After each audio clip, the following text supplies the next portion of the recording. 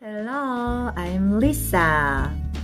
네, 오늘은 편안하게 말씀 좀 나누고자 영상을 켰습니다.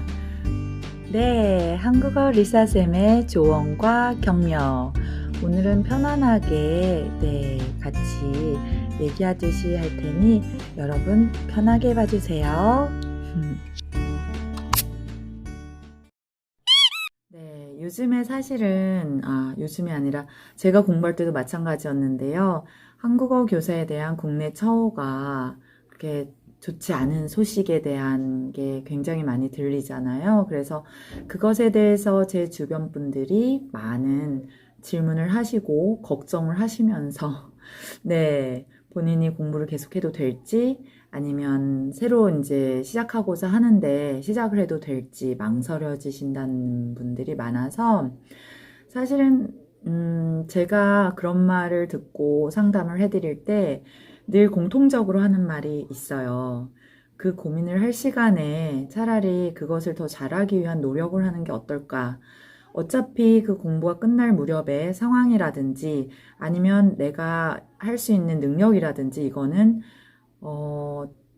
물론 노력을 하면 좋아질 수 있지만 이게 확정이 되지 않아요. 투자한 만큼 내가 결과가 항상 좋으리라는 보장은 없습니다.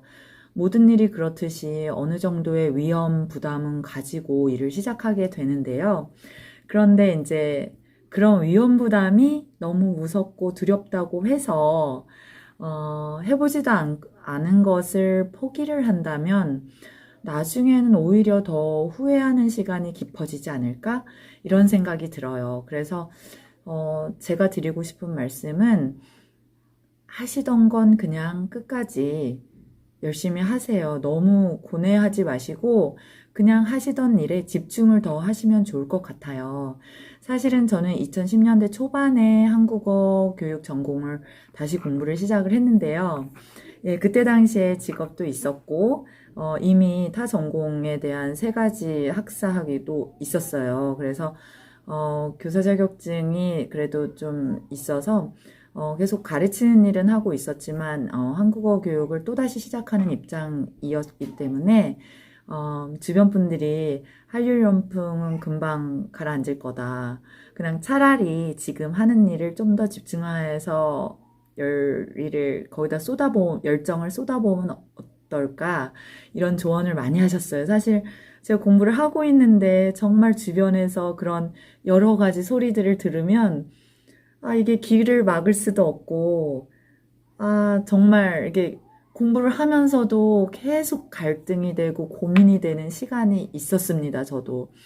근데, 이제 와서 생각해보면, 그 원어민이라는 한국어 그 언어를 가르치는 원어민이라는 그런 이제 메리트에 한번 빠지게 되면,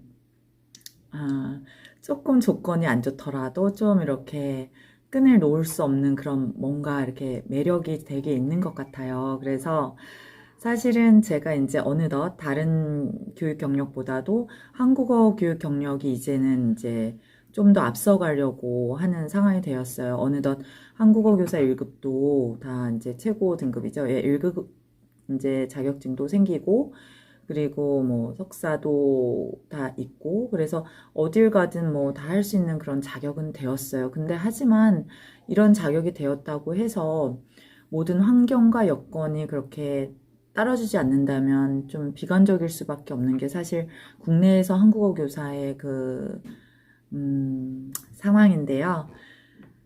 저는 말씀드리고 싶은 게 사실 국내에만 너무 집중을 하지 않으셨으면 좋겠어요. 사실 외국에서의 대우가 훨씬 좋고 외국에서는 물론 나라마다 조금씩은 다르지만 동남아 같은 경우에는 훨씬 삶의 질을 높게 해서 이렇게 좀 평화롭고 그 나라의 그 문화도 체험하면서 사실 수 있는 그런 경험의 시간이 될 수도 있기 때문에 고민하고 갈등하는 시간에 차라리 언어 공부에 좀 더 시간을 쏟으셔서 해외 쪽으로 좀 이제 계획을 하시고 경험을 쌓으셔서 나중에 한국으로 돌아오셔도 괜찮고, 제가 해외 파견으로 장기 파견 교사로 나갔을 때 지금 나갔다 온 지가 벌써 5년이 되었는데요.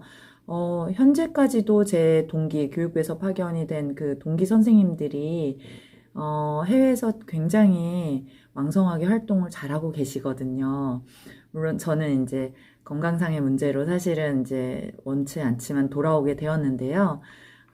지금도 사실은 계속 그 나라와 연락을 하고 있고, 와달라는 그런 이제 좀, 러브콜이 들어오지만, 그래도 지금 이제 한국이라는 그런, 메리트에서 저는 또, 나가기가 쉽지 않아서 사실은 이렇게 아름다운 섬에서 네, 한국 교사를 하고 있는데요. 우선은 말씀드리고 싶은 건 고민하실 시간에 좀 더 자기 개발을 위해서 집중하고 노력하는 시간으로 투자를 하는 게 어떨까요? 일단 시작을 하셨다면 결과는 보셔야죠. 끝까지 밀고 나가세요. 그리고 고민 중이시라면 하나만 말씀드릴게요.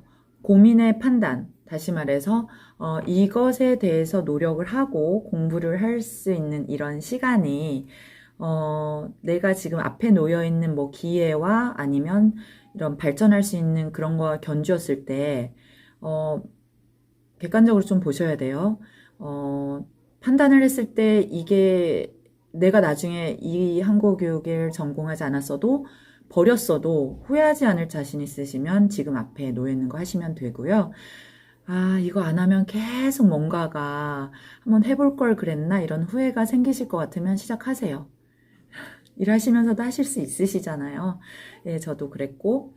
네, 하시고 일단은 해보시고 모든 일이 하지 않은 것에 대한 후회가 가장 크다고 하듯이 하셨다가 아니면 나중에 전환을 하시던가 하시던 일을 또 이어갈 수 있도록, 물론 일의 기회가 그렇게 나를 다 기다려주진 않죠. 하지만 평생 한번 본인이 그래도 이렇게 마음에 있었다면 시도는 해보시고 나중에 이거로 인해서 시도하지 못한 것 자체에 대한 후회는 안 하는 게 좋을 것 같아요. 그래서 저는 그런 마음이 들어요. 저도 여태까지 이제 여러 가지 전공을 하면서 한국어 교육을 이렇게 한다고 그랬을 때 주변에서 걱정이 굉장히 심했었는데요. 잠시 귀를 막고 공부하고 있으면 그것에 집중하세요. 좀 더 본인이 집중할 수 있다면 좀 더 좋은 성과가 분명히 미래에는 따를 것입니다. 어떤 방식으로라도 대가를 받을 거라고 생각을 합니다. 그래서 항상 자기 자신을 믿고 그냥 고민할 시간에 꾸준히 노력하세요. 항상 응원하겠습니다, 여러분. 제가 잘나서 그런 게 아니라 사실 요즘에 주변에서 한국 공부를 새로 시작하신 분들이 굉장히 많은데 예전에 제가 공부 10년, 15년 전? 그 정도쯤에 고민했던 걸 똑같이 고민을 하시더라고요. 해외에 나가보시면 절대 한류 열풍 줄어들지 않습니다. 오히려 제2외국어 그리고 대입고사에서 제2외국어 선택 과목으로 미국이나 유럽도 마찬가지지만 동남아는 더 하고요. 베트남 같은 경우는 제2외국어로가 아니라 이제는 제1외국어로 한국어로 선택을 하는 학교들도 늘었는데요. 그 정도로 사실은 이제 자리를 시스템적으로도 잡고 있기 때문에 사라지진 않습니다. 그래서 제가 추천하는 방식은 해외로 좀 눈을 돌리셔서 해외에서 우리나라에서 파견하는 한국어 교사뿐만 아니라 현지에서 국제학교라든지 이런 데에서 채용하는 곳도 굉장히 많습니다. 그래서 그런 해외 채용, 해외 학교 사이트를 직접 들어간다던가 아니면 해외 사이트, 채용 사이트 이런 쪽에다 등록을 해놓고 알람을 받아보시면 좋을 것 같습니다. 여러분, 언제나 응원하겠습니다. 언제나 응원할게요. 오늘도 화이팅 하세요. 여러분, 오늘도 그냥 편안한 비디오 끝까지 봐주셔서 감사합니다. 안녕.